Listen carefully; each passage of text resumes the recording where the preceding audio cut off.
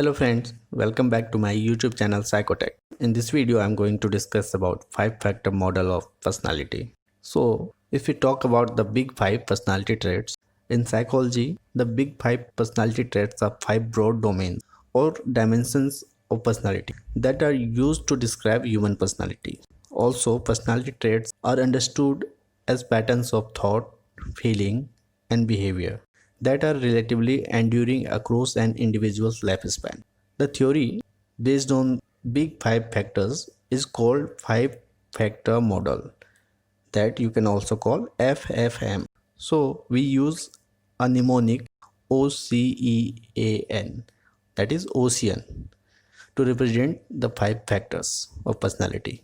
O means openness to experience, C as conscientiousness, E as extraversion, A as agreeableness, N as neuroticism. So before starting the 5 factors, let us start with understanding the personality. So personality is a complex topic of research in psychology, and it has a long history of shifting philosophies and theories. While it's easy to conceptualize personality on a day-to-day level, conducting valid scientific research on personality can be much more complex. The Big Five can help you to learn more about your own personality and where to focus your energy and attention. For that, the first step in effectively leveraging your strength is to learn what your strengths are. Now I'm going to discuss about these 5 factors of personality, that is OCEAN: openness to experience, conscientiousness, extraversion, agreeableness, and neuroticism. So first of all, let us look at openness to experience. Openness to experience has been described as the depth and complexity of an individual's mental life and experiences. It is also sometimes called intellect or imagination. So you can also call openness to experience as intellect or imagination. Openness to experience concerns people's willingness to try to new things, their ability to be vulnerable, and their capacity to think outside the box, that is out of the box thinking.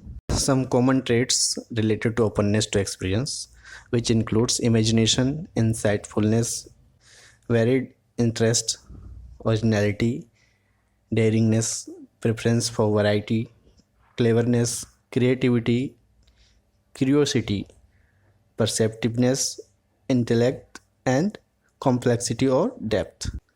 An individual who is high in openness to experience is likely someone who has a love of learning, enjoys the arts, engages in creative career or hobby, and likes meeting new people.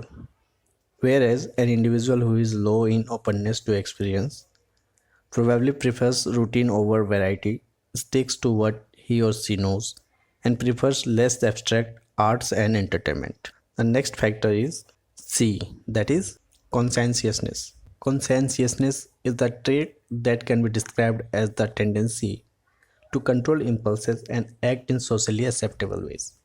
Behaviors that facilitate goal directed behavior. Conscientious people excel in their ability to delay gratification, work within the rules, and plan and organize effectively.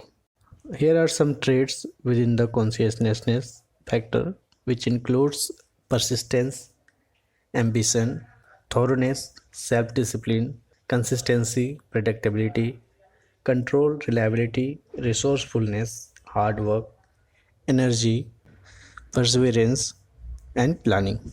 People who are high in conscientiousness are likely to be successful in school and in their careers, to excel in leadership positions, and to doggedly pursue their goals with determination and forethought.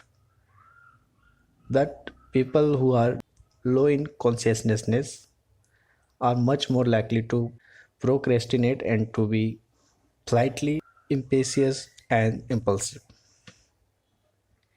Next factor is extroversion.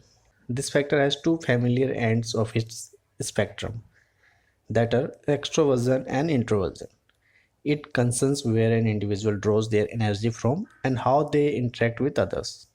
In general, Extroverts draw energy from or recharge by interacting with others, while introverts get tired from interacting with others and replenish their energy with solitude. The traits associated with extroversion are sociableness, assertiveness, merriness, outgoing nature, energy, talkativeness, ability to be articulate, fun loving nature, tendency for affection, friendliness, and social confidence. People who are high in extroversion tend to seek out opportunities for social interaction where they are often the life of the party. They are comfortable with others, are gregarious, and are prone to action rather than contemplation.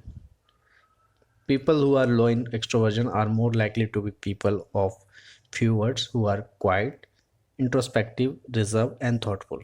Now, the next factor is A, that is agreeableness. This factor concerns how well people get along with others, while extroversion concerns sources of energy and the pursuit of interaction with others. Agreeableness concerns one's orientation to others.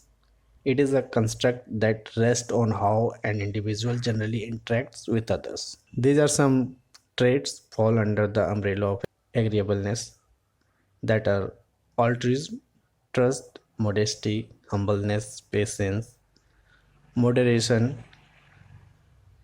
tact, politeness, kindness, loyalty, unselfishness, helpfulness, sensitivity, amiability, cheerfulness, and consideration. People who are high in agreeableness tend to be well liked, respected, and sensitive to the needs of others. They likely have few enemies and are affectionate to their friends and loved ones, as well as sympathetic to the plight of strangers. But the people who are on the low end of the agreeableness spectrum are less likely to be trusted and liked by others. They tend to be callous, blunt, rude, ill tempered, antagonistic, and sarcastic. Although not all people who are low in agreeableness are cruel or abrasive, they are not likely to leave others with a warm, fuzzy feeling. Now, the next factor, that is the fifth factor, is neuroticism. Neuroticism is not a factor of meanness or incompetence, but one of the confidence and being comfortable in one's own skin. It encompasses one's emotional stability and general temper. There are some traits that are commonly associated with neuroticism, which are awkwardness, pessimism, moodiness, jealousy, testiness, fear, nervousness, anxiety, timidness, wariness, self criticism, lack of confidence, insecurity, instability, and oversensitivity. Those people who are high in neuroticism are generally prone to anxiety, sadness, worry, and low self esteem. They may be temperamental or easily angered, and they tend to be self conscious and unsure of themselves. But the individuals who are on the low end of the neuroticism are more likely to feel confident, sure of themselves, and adventurous.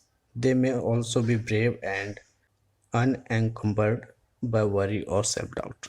So, in this image, you can see the summary of all the five factors, and this is the only brief summary. I recommend you to please go through the full video to understand the five factors in details. So, this is all about the five factor model of personality, which is also called as Ocean model. See you in the next video. Till then, take care. Bye bye. Thank you for watching.